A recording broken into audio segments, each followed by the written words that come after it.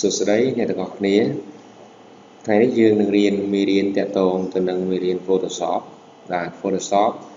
มีเรียนระบบมาเยอะคือเรียนแต่ตรงตัวหนึ่งรจนารูปเพียบมุ้ยโทรศัพท์จำแลกหรือคือหาแต่สัตว์กดกัดได้เรียนจำลองเชิงช้าบาบูนเบิร์ดจังในขนมมีเรียนนี้มวลหนึ่งโจดอลมีเรียนขยมโซมปรับในอุปกรณ์คลาสได้ปลายจมวยหนึ่งลมหัดนี้và thầy có đôi chụp ra một nông về đến đấy thì họ tìm mốiจะตรงตัวหนึ่งindicate layer visibility คือสำหรับแหลมแต่งรูปเพียบในlayer รูปเพียบบาสันดอรูปในใจรูปเพียบหนึ่งแหลมvà đây tool ที่ปีคือ eraser tool เราสำหรับลบรูปเพียบหนึ่งอักษรได้ยังจังลบ react close stamp tool เราสำหรับประดานหรือก็จำลองรูปเพียบปิติตังจักtừ การตีตังថ្មីមួយទៀតនៅពេលដែល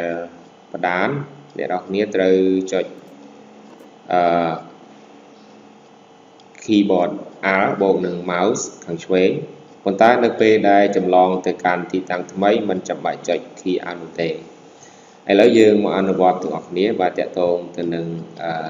សាច់កូដកាត់ដែលលំហាត់របស់យើងថ្ងៃនេះគឺ Baboon Bird បាទឥឡូវអ្នកទាំងអស់គ្នាត្រូវបើកកម្មវិធី Photoshop បាទអ្នកទាំងអស់គ្នាបើកកម្មវិធី Photoshop ហើយ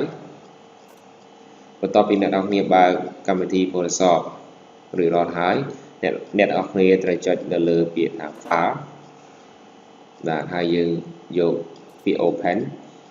ហើយយើងជ្រើសរើសថាតើរូបភាពរបស់យើងនៅក្នុងលំហាត់ទីប៉ុន្មានចឹងលំហាត់របស់យើងគឺត្រង់នៅត្រង់លំហាត់ទី5បាទលំហាត់ទី5គឺ Lizard with Duck បាទឬក៏យើងអាចហៅថា Baboon Bird នៅក្នុងនេះគឺសត្វកូនកាត់ឬសត្វចម្លែកចឹងជាដំបូងអ្នកនរគ្នាត្រូវចុចជ្រើសរើសយករូបភាព2មកសិនគឺរូបភាពសត្វទីទុយមួយហើយនិងរូបភាពសត្វ Baboon បាទសត្វស្វាចឹងដើម្បី select យករូបភាពម្ដងក្នុងពេលតែមួយបាន2រូបភាពអ្នកនរគ្នាត្រូវចុច control ឲ្យជាប់បាទ keyboard control ឲ្យជាប់ហើយចុចរូបភាពទាំងពីរអញ្ចឹងយើងនឹងបានម្ដង2បន្ទាប់មកអ្នកនរគ្នាចុចពាក្យថា open អញ្ចឹងរូបយើងនៅពេលដែលយើងបើកមកគឺធំបាទបើសិនជាអ្នកនរគ្នាចង់តូចអ្នកនរគ្នាអាចចុច control បូកនឹងសញ្ញាដកបាទ control បូកនឹងសញ្ញាដករូបភាពរបស់យើងនឹងតូចល្មមយើងអាចមើលឃើញបានអញ្ចឹងរូបភាពទី2របស់យើងគឺរូបភាពសត្វទីទុយបាទអញ្ចឹងគោលបំណងរបស់យើងគឺយើងធ្វើសត្វចម្លែកនេះគឺរូបរាងសត្វទីទុយប៉ុន្តែក្បាលរបស់សត្វគឺយើងយកក្បាលសត្វស្វាកាត់ក្បាលសត្វស្វាមកដាក់